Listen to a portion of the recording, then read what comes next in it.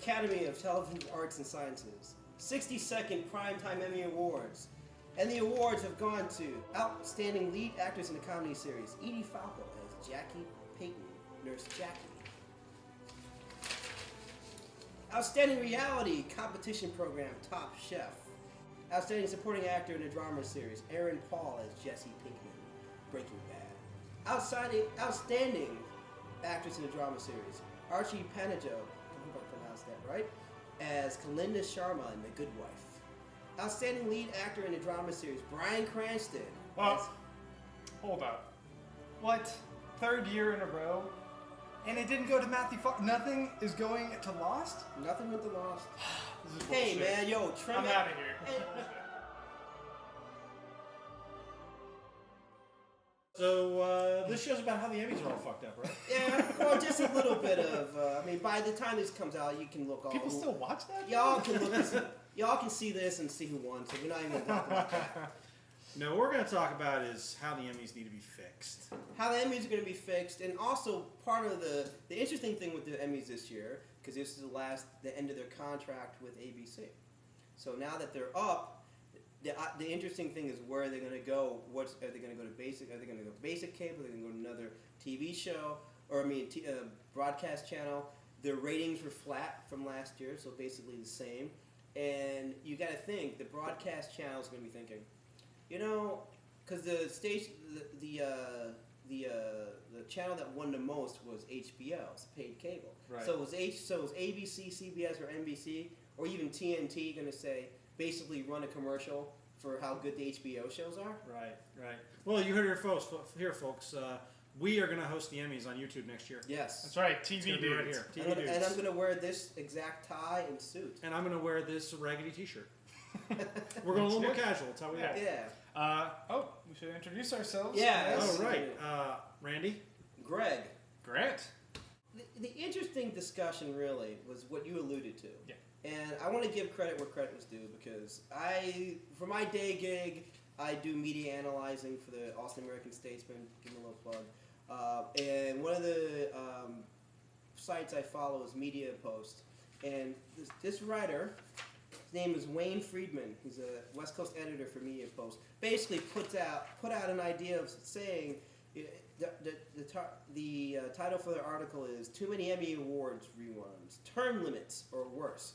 So his basic idea is like you were saying, Bryan Cranston wins 3 times in a row. Now he deserves it.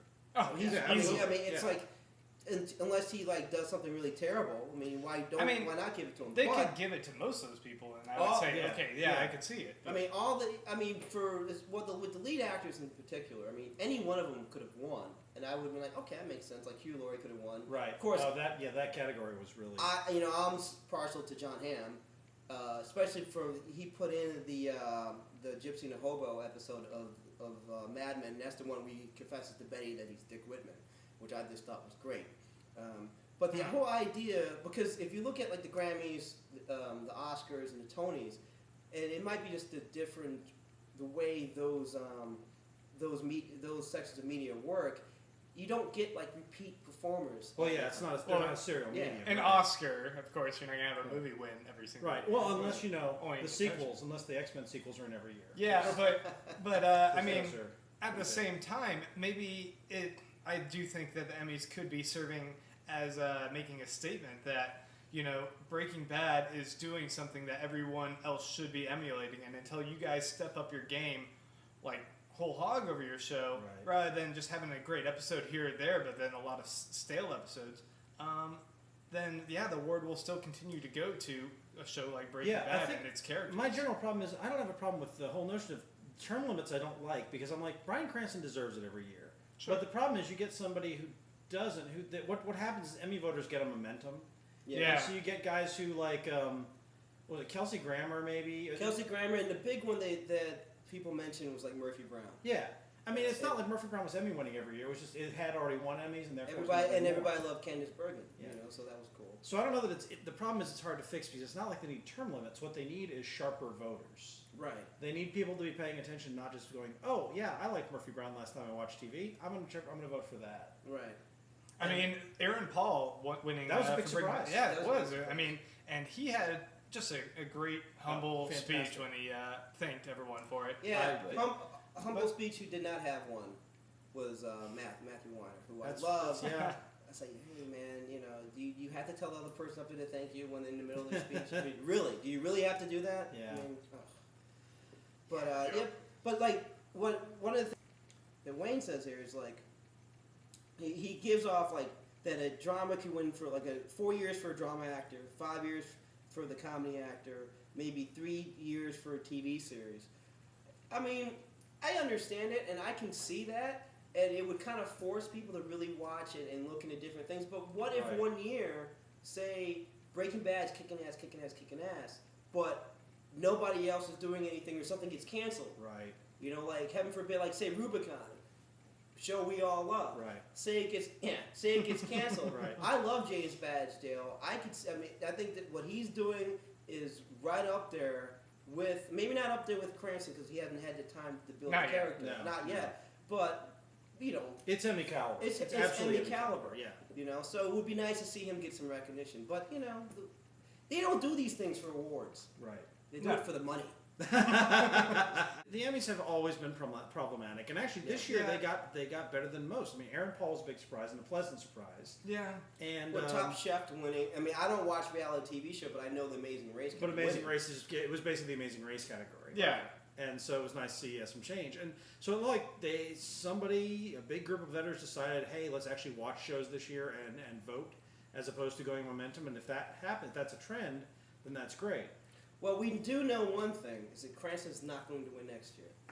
Watch. He will not even have a season next year and still win. And he'll still win. He's so good. Yeah, he's so good. Well, what they should do, like, say Ham wins or whatever, and Cranston should get up and take it from him. Yeah. Wait, what? Yeah, he should like pull like a Kanye West. How funny would that be? That'd be awesome. Ham was good, but everybody knows that my character. If I was on this season, if I was on this best. season, that'd be. I would have been the best of all time.